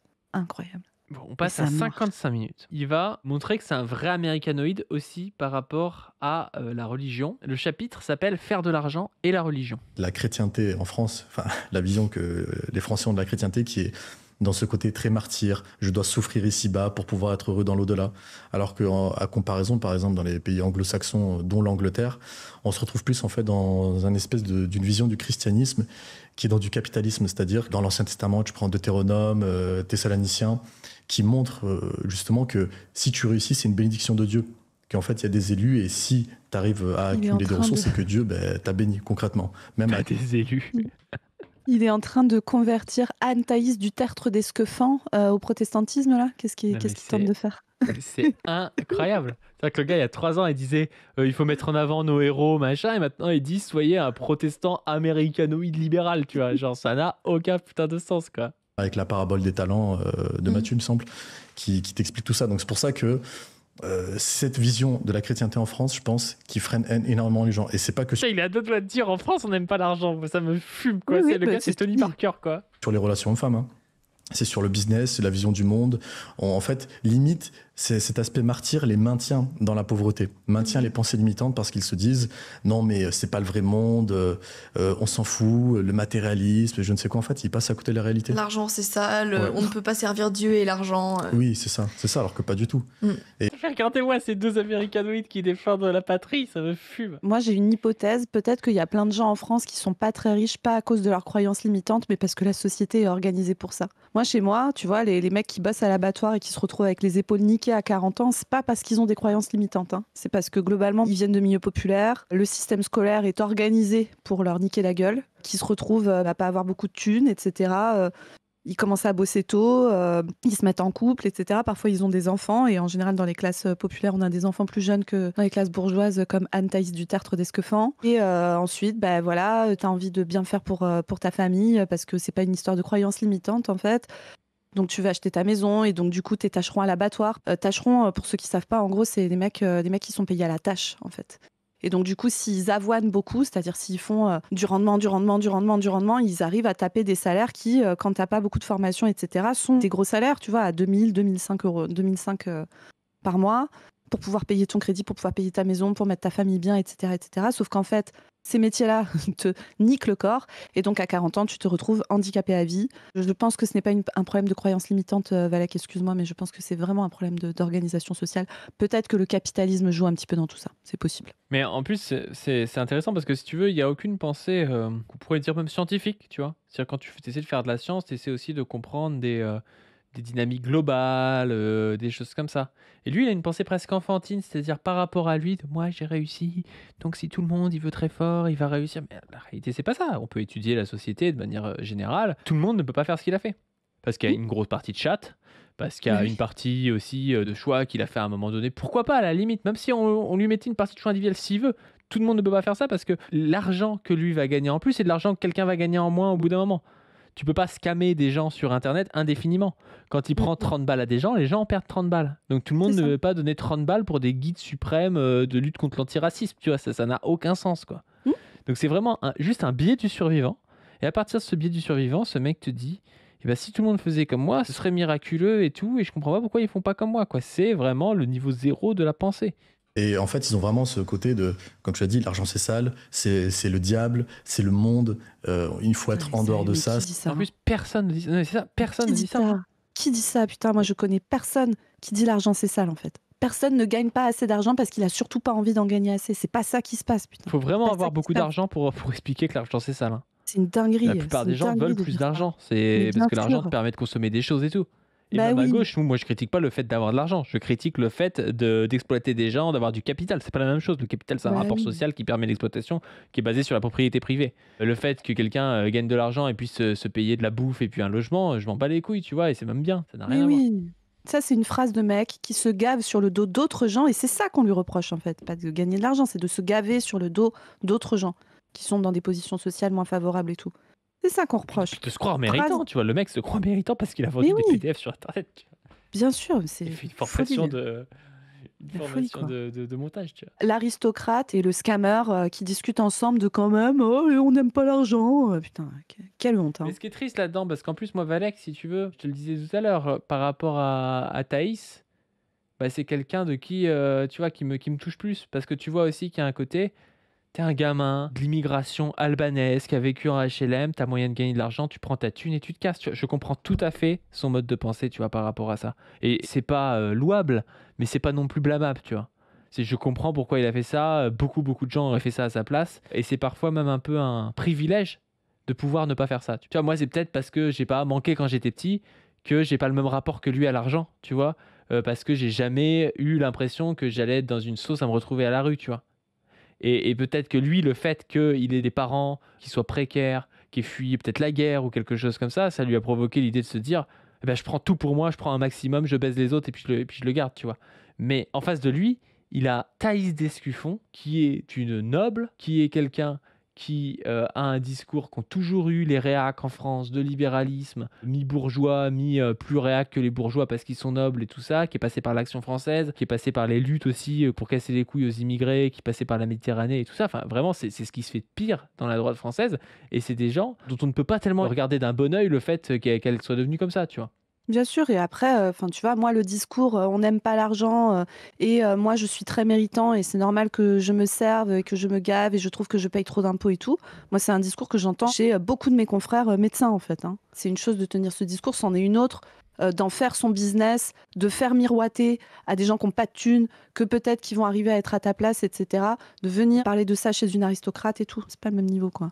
Et moi, encore une fois, des mecs qui trouvent ça normal de faire des dépassements d'honoraires de bâtards, qui font qu'il y a plein de gens qui n'ont pas accès à leurs soins parce qu'il n'y a pas assez de médecins et que du coup ils n'ont pas beaucoup le choix d'aller chez le gars qui fait 600 balles de dépassement d'honoraires pour poser une prothèse de hanche et qui du coup ne peuvent pas se poser la prothèse parce que le gars estime que c'est normal qu'il fasse des dépassements d'honoraires pour toucher 18 000 € par mois parce que tu comprends, il l'a mérité, il a fait 10 ans d'études et c'est bon. Hein. Non, moi le truc si tu veux, qui m'énerve, c'est que les gens comme Valek jettent leur propre famille dans la gueule du loup, des gens comme Thaïs, parce que quand il y a une alliance comme ça entre un ex-prolo issu d'une famille prolo immigré avec ce qui se fait de pire de la droite réactionnaire du pays, t'inquiète pas que ceux qui vont garder le pouvoir, c'est la droite réactionnaire dans cette alliance. Évidemment. Et tous les gens qui vont se jeter dans la gueule du loup comme ça vont empêcher d'autres gens qui seraient comme lui actuellement et qui viendraient en France pour essayer de trouver refuge dans un pays en guerre ou je ne sais quoi, de pouvoir avoir une sécurité sociale qui fonctionne, de pouvoir avoir une bonne école pour leurs gosses, de pouvoir avoir tout un tas de choses que lui a pu avoir grâce aux luttes des gens comme nous, c'est-à-dire grâce aux luttes des gens de gauche. Et ça, c'est totalement honteux, si tu veux. Elle s'en fout. De génération en génération, ils n'ont pas eu de problème dans sa famille à Thaïs. Il n'y a pas eu de problème de précarité et tout ça. Par contre, Valek, c'est vraiment le dindon de la farce de venir jeter tous les gens qui étaient comme lui, tous les petits gamins issus de l'immigration, les gens qui sont comme sa famille et tout, en disant « Ah bah non, moi je vais aller faire de l'argent en Andorre, par contre, la sécurité sociale et tout, on peut faire une croix dessus, je m'en bats les couilles, tu vois. » Enfin, c'est vraiment honteux. S'émanciper spirituellement, en fait, c'est que des concepts abstraits. Et en fait, on a vite tendance à se perdre dans l'abstrait et ne plus vivre dans la réalité. Et justement, en fait, ce qui est paradoxal, c'est que justement, ces types-là sont malheureux. Et moi, le nombre de fois où... Il a parlé du matérialisme il y a 15 secondes, et là, il dit que c'est un concept abstrait. Mais voilà, c'est le lourd réel. Mais non, mais il sait pas ce que ça veut dire. Quand j'ai pris un peu mon virage entrepreneurial, montrer aux gens, regardez, en fait, on vaut mieux que ça, on peut faire de grandes choses et tout en étant en fait en adéquation avec la religion. Mais ces mecs-là ne peuvent pas l'accepter parce qu'une fois de... C'est quoi faire de grandes choses? J'ai pas compris ce qu'il a fait concrètement. Même. De la thune. Il a fait de la thune. C'est ça, faire de grandes choses. Ils se servent aussi de la religion en fait comme un espèce de bouc émissaire. C'est non, mais c'est pas bien. Mais en fait, en réalité, c'est juste qu'en fait, ils n'ont pas le cran de sortir de leur zone de confort, d'avoir le courage d'entreprendre. Et justement, en fait, ils se maintiennent là-dedans. Et la religion... On croirait qu'on est dans les années 50. Genre, qui est-ce qui s'empêche de faire de la thune par religion? Vraiment, il y a vraiment des gens qui font ça en France. Ça sort d'où, ça? Ça doit se passer au même endroit que les gens qui ne veulent pas gagner d'argent. Hein. C'est-à-dire un endroit que personne ne connaît ici. Mais bon, dans la tête de Valek. Hein. Dans la tête de Valek, ça se passe comme ça. On va passer à l'histoire de monétiser son taf. Et notamment vers Thaïs qui va en parler un petit peu sur les critiques. En termes de scam, elle est bien, elle aussi. Hein. Je vous renvoie à notre Paye ton droit tard sur Thaïs. Le 2e épisode traite de son usine d'arnaque à incel. Très intéressant. Ce gros tabou de l'argent, quand j'ai commencé à vouloir monétiser mon audience, monétiser, vivre de mon activité sur les réseaux sociaux. Ça veut tout dire. Elle veut pas monétiser un travail qu'elle aurait fait, elle veut monétiser son audience. Son audience. Voilà. Est-ce qu'elle va parler du moment où elle avait proposé à des gens de payer 300 balles pour qu'elle vienne prendre un café avec eux dans leur ville? Elle en parle de ça ou pas? Je crois pas, non. C'est une chose de produire des vidéos gratuites. Moi, j'ai une volonté derrière qui est d'influencer ma génération, de créer du débat d'idées, etc. Moi, il y a une volonté évidemment métapolitique derrière tout ce que je fais. Métapolitique. C'était un mot pif. Je me suis rendu compte qu'il fallait limite que je m'excuse pour ça et que j'avais pas le droit comme ça de chercher. Comment oses-tu vivre du fruit de ton travail? C'est vraiment l'outrecuidance de vouloir monétiser ton travail. Honteux. Je crois que je crois que les gens t'ont surtout reproché d'être nul, hein. Il me semble, hein. Mais bon. Mais encore une fois, c'est pareil. Moi, je m'en fous. Si demain ils font un truc où il y a un vrai travail et tout, je vais pas aller leur chier dessus, tu vois. Tu prends Karim de Politicon, tu vois, qui fait un livre. Je l'ai pas lu le livre, hein, j'en sais rien s'il est bien. J'imagine que c'est pas mal, tu vois. Parce que c'est un mec un peu sérieux et tout. J'ai aucun souci avec que ce mec vende un livre, tu vois. S'il a travaillé pour, il fait son truc, c'est pas mal et tout. Ou même s'ils font des formations, que les formations soient... C'est pour ça que je te disais, tu te critiquais au début le Valek Studio. Je suis pas sûr que ce soit le pire truc qu'il ait fait, Valek, tu vois. S'il y a vraiment un truc qui te permet d'apprendre à monter et tout, en soi, pourquoi pas, tu vois. Mais genre, elle a vendu l'accès à un forum avec des bots dessus. Enfin, je veux dire, il n'y a rien, tu vois. Elle n'a pas travaillé pour ça. Non, mais elle n'a pas travaillé pour ça. Tu peux pas dire, mon travail mérite, tu vois. Quel foutage de gueule. Tout à l'heure, je te parlais de cet esprit de sacrifice. Ouais. Et notamment à droite, moi, je l'ai bien vu quand j'avais commencé déjà à gagner un peu d'argent avec les sponsors à l'époque. La droite, justement, qui est... la droite française, qui est très valeurs chrétiennes, racines chrétiennes de la France, catholicisme et tout. Et justement, ça fait... Pardon, c'était pour faire le lien avec ce que tu disais avant. Pour moi... Je pense qu'il y a une vraie barrière mentale de la droite qui est due notamment à cet héritage vis-à-vis de l'argent. Tu regardes la sphère US. J'allais faire le parallèle, ouais. Ouais, les influenceurs, etc. Enfin, je veux dire, ils ont des influenceurs business, relations hommes-femmes, etc. Mais tous, ils recherchent à peser. On les encourage, en fait. On les encourage, putain, c'est des Tony Parker mentaux, ça me fume. Ah putain, les États-Unis.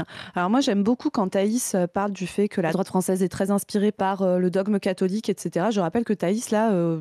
aujourd'hui ou hier, je crois, a tweeté qu'il fallait réouvrir les maisons closes et que les meufs qui étaient sur OnlyFans et Mime, il fallait les forcer à aller bosser dedans. La meuf sort ça. Hein. Alors, je m'y connais pas super bien en catholicisme et tout, toi pas dû un petit peu plus. Il y a un endroit où c'est écrit ça. D'un côté, tu vois, elle trouve ça vraiment très très méchant qu'on se foute de sa gueule quand t'as fait payer 50 balles par mois pour aller sur un forum de merde avec des bots dessus.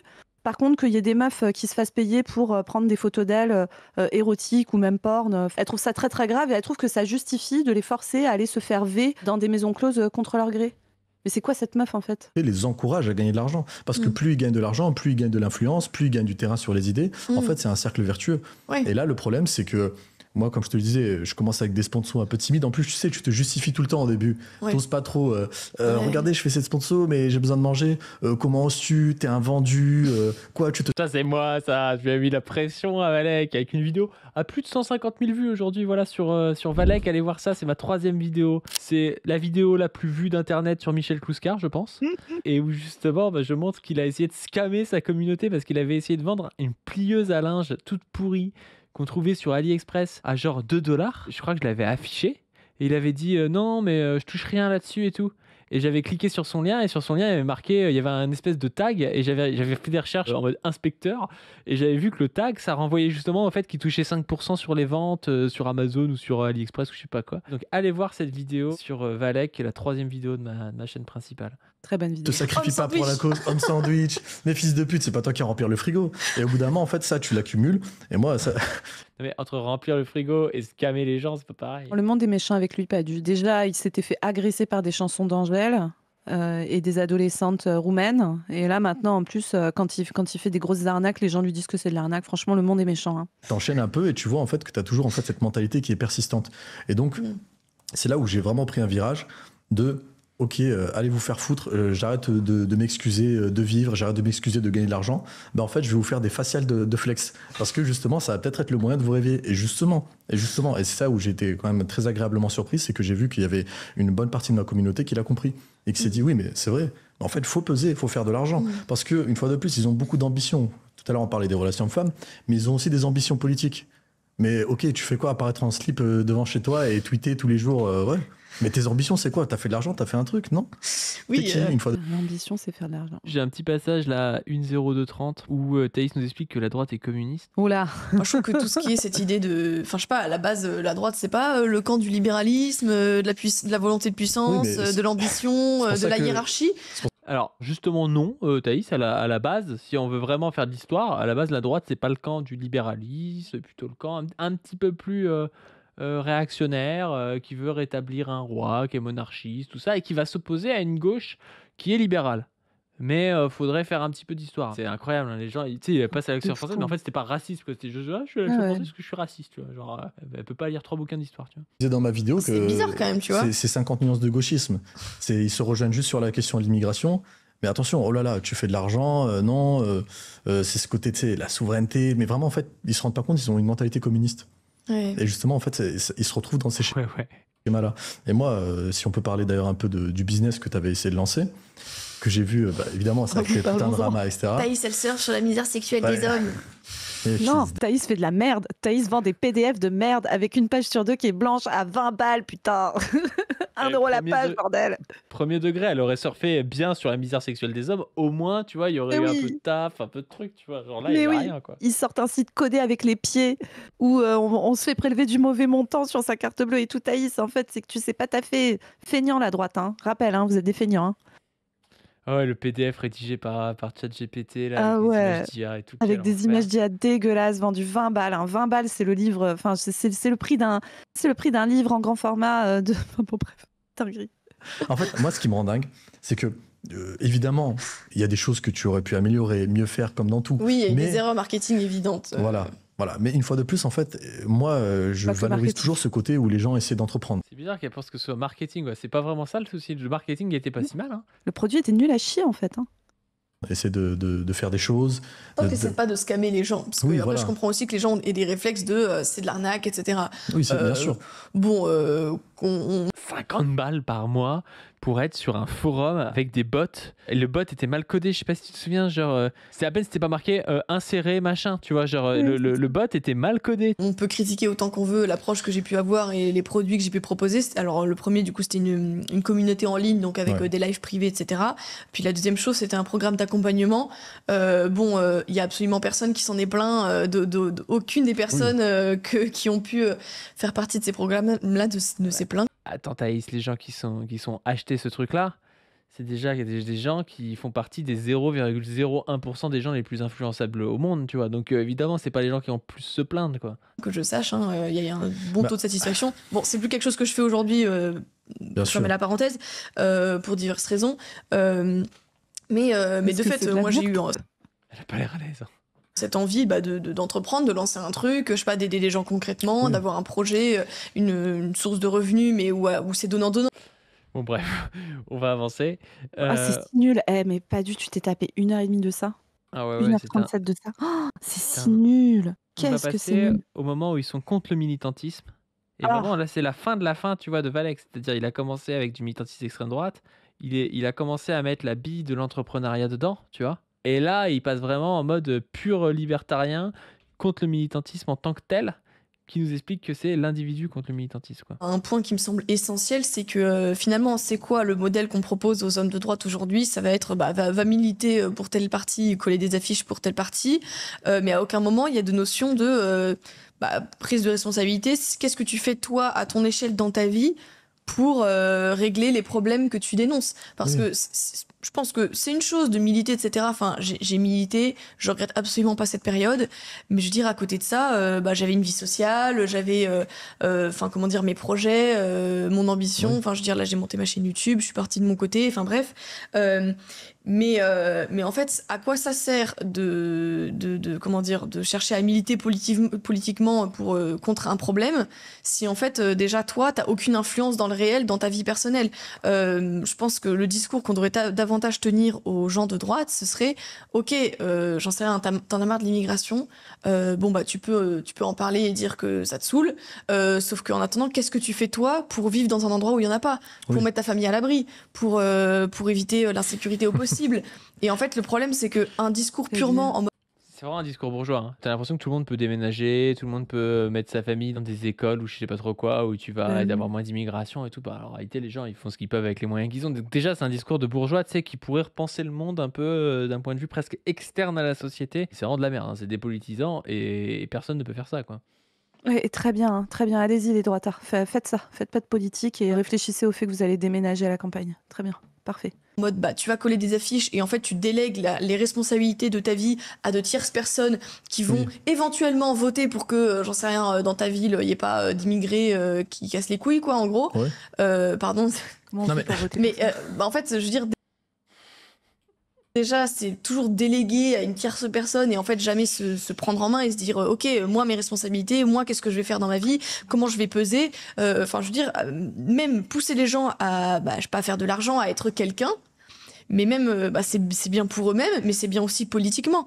On croirait des enfants qui te disent faut plus militer, faut faire de l'argent et être quelqu'un. Genre, tu peux pas avoir un boulot, une famille et militer. Genre, tu comprends pas trop l'opposition. Ils ont 13 ans, quoi. Tant mieux pour notre camp, Padu. Tant mieux pour notre camp, qu'ils soient si bêtes. C'est là que tu vois que vraiment leur mouvement politique et leur idéologie tient sur le fait que ça va dans le sens de toutes les personnes qui ont le pouvoir médiatique, économique, etc., etc. Enfin, je veux dire, ça ne peut pas tenir sur leur militantisme. Ils sont si nuls. Ils sont si nuls. Quelqu'un dans le chat qui dit pourquoi les SDF ne s'achètent pas une maison, point d'interrogation. Mais c'est vrai ça. Pourquoi les SDF ils s'organisent pas pour peser en fait et pour devenir quelqu'un?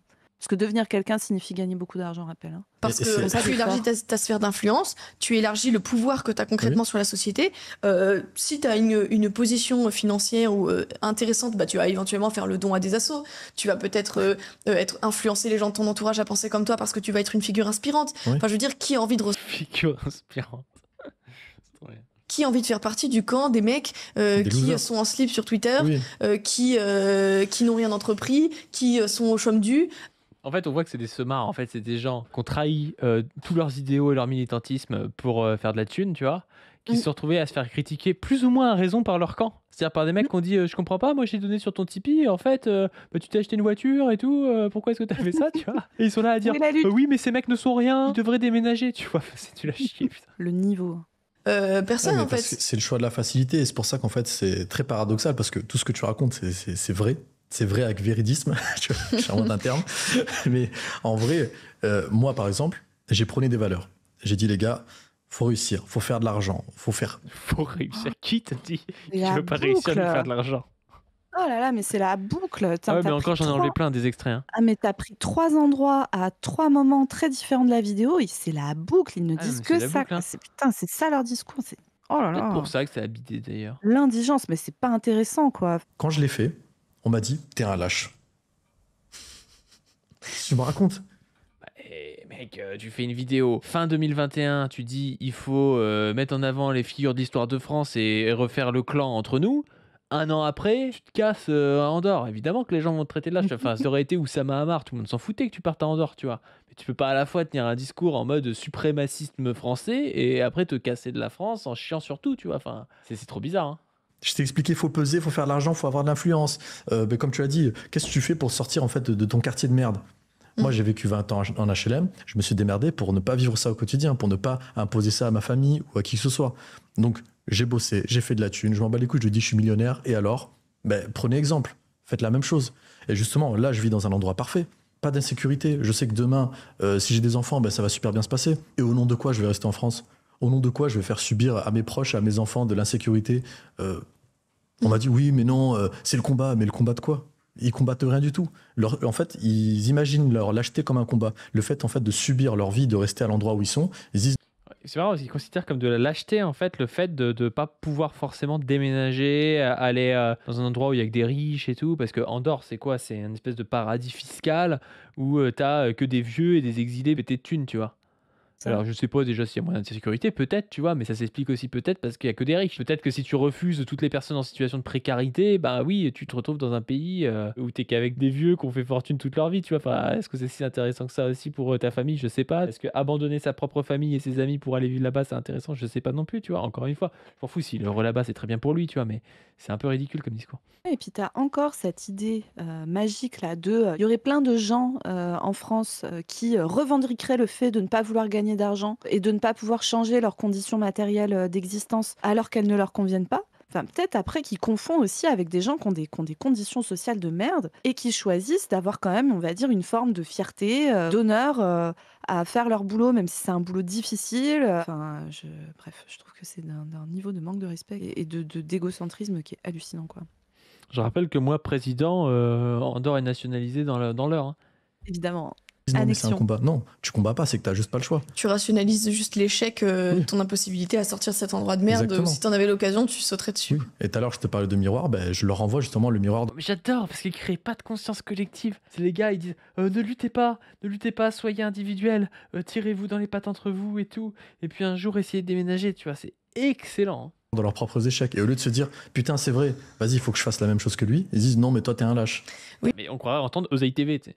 Oui, mais on tient pas assez ce discours à droite justement de recherche de liberté, le fait le courage c'est pas juste Oh là là, mais pitié, mais c'est en fait elle va redire volonté de puissance. Si elle redit volonté de puissance, je me tape la tête contre le bureau, je le dis, je n'en peux plus. On tient pas assez ce discours à droite, c'est genre le discours de base, ils ont l'impression de tirer les termes et tout. Vous ne dites que ça, il y a 1000 mecs sur internet qui disent comme vous, oh là là. C'est pas juste aller en manif et te faire plaisir à aller troller des gauchistes, enfin je veux dire c'est marrant mais ça va 2 minutes en fait. On n'est plus en BIC 2016, tu vois, c'est... En fait, les gauchistes, on les laisse dans leur marasme tout seuls. La réalité, elle va les rattraper, en fait. Mais par contre, nous, on rira bien depuis notre endroit préservé, parce qu'en fait, on fera partie des gens qui pèsent, on aura de l'influence et on aura pris des risques véritablement, parce que... Des risques, mais qu'est-ce que tu racontes? Faire un scam pour partir dans une ville préservée, je sais pas quoi. Bon, on se finit par un dernier extrait de 42 secondes. Où il nous explique pourquoi il n'y a pas de nouveaux influenceurs à droite. C'est assez intéressant. Tu vas voir ça. S'ils disent volonté de puissance, je rappelle que je m'automutile. Finalement, même après la vague Raptor, Papacito, toi et compagnie, Bruno Le Salé ou d'autres, mais il n'y a pas vraiment eu de nouveaux youtubeurs de droite. Personne n'a émergé depuis toute cette vague, tout simplement parce que justement, on n'a pas le... Alors c'est très intéressant. Personne n'a émergé, a dit... après Raptor et tout, alors il y en a plein en réalité qui ont émergé mais qui sont plus petits, et tu vas voir comment elle va le comprendre. Moi j'en connais plein. Moi j'en connais plein, mais tu vas voir comment elle va le comprendre. C'est d'un idéalisme absolu, après on va en parler. Le soutien qu'il y a derrière, le soutien que les gens de gauche ont, déjà parce qu'ils ont l'hégémonie culturelle pour le moment, et encore... Déjà on sait pas pourquoi on a l'hégémonie culturelle. Mais dans quel monde vous vivez en fait? Mais dans quel monde vous vivez? Thaïs, sérieusement, ton discours, c'est le discours banal de tous les dominants, de tous les milliardaires qui détiennent tous les médias actuellement. Mais de quoi tu parles en fait? Ces gens continuent à se raconter qu'ils sont des grands dissidents et je sais pas quoi. Mais quelle dinguerie, putain. Tu sais, H24, ça nous dit que la France Insoumise, c'est des islamistes, je sais pas quoi et tout, mais t'inquiète pas, c'est le problème, c'est la droite pour les dominants d'après elle. On est là pour remettre ça en question, mais aussi parce qu'ils ont les relais, parce que les politiciens leur parlent, parce qu'ils ont des financements.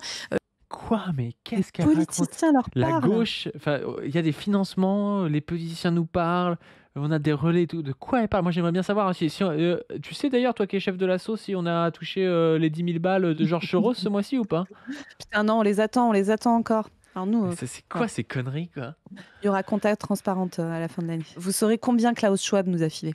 Du tissu associatif, etc. Et même s'ils sont pas forcément d'accord, ces associations, avec 100% des prises de position que prennent tous ces influenceurs de gauche. Et ce qui est paradoxal, c'est que là... Mais c'est trop intéressant parce qu'en fait, si tu veux, à un moment donné, il y a eu des gros influenceurs de droite. Pourquoi? Justement parce que quand on était en 2014, il n'y avait pas une fascisation des médias comme aujourd'hui. Et donc, du coup, tu pouvais percer sur Internet parce que tu disais ce qui ne se disait pas sur les médias. Et si aujourd'hui, vous êtes ridicule et vous êtes mainstream, mais de la pire des manières, c'est-à-dire qu'on a l'impression d'entendre des vieux sur CNews quand vous parlez, c'est parce que justement, ce que vous dites, c'est déjà sur les médias. Et donc, ce que vous dites n'a plus d'intérêt. Et donc, il y a des gens qui ont émergé avant et dont les gens peuvent aimer la personnalité, genre Valek, genre Raptor, genre je sais pas qui, et encore qui font plus vraiment de la politique, qui font plus vraiment le discours classique de l'extrême droite et tout, mais plus un discours libertarien. Mais par contre, sur les nouveaux influenceurs d'extrême droite, ils ont plus de mal à percer parce qu'il suffit d'allumer la télé pour avoir la même chose que ce que vous avez sur YouTube. Par contre, nous à gauche, maintenant qu'on est un peu ostracisés et que la gauche radicale ne peut plus adresser 2 mots parce que sur chaque plateau, il y a 3 fachos et des mecs qui leur coupent la parole et tout, et ben nous, on est en train de monter sur YouTube de plus en plus. Parce que justement, on n'a plus que ça en fait. On n'a plus que les réseaux sociaux qui sont contrôlés par des milliardaires, mais il y a plus de liberté, on va dire, sur ces réseaux-là que de pouvoir aller sur BFM TV ou CNews, auquel cas, et tu peux pas si t'es pas invité, quoi. Mais en fait, c'est pour ça que la dynamique a lieu. C'est pas parce que avant ils étaient gentils, maintenant ils sont méchants, ou avant il y avait des associations pour la droite, maintenant il y en a plus. Enfin, la meuf ne comprend rien, tu vois, aux dynamiques générales de la société. Si demain toutes les chaînes télé ont le même discours que nous, déjà, on n'aura plus l'intérêt de le faire. Hein. Enfin, on aura On autre chose fera à autre foutre chose. Hein. que de faire la même chose, que de faire ça. Tu ça vois. serait très bien. Mais en plus de ça, personne n'ira regarder sur YouTube ce que tu entends déjà avec une meilleure production et tout à la télé, tu vois. Enfin, c'est ridicule, quoi. Elle comprend pas ça. Non, mais après, Thaïs, elle comprend. Enfin, on se dit les termes à un moment. Thaïs, elle comprend vraiment pas grand-chose, hein, quand même. Thaïs Gramsci d'Escuffion. On a ça dans le chat. Ouais, c'est ça. Elle fait sa garde de mouvement, là.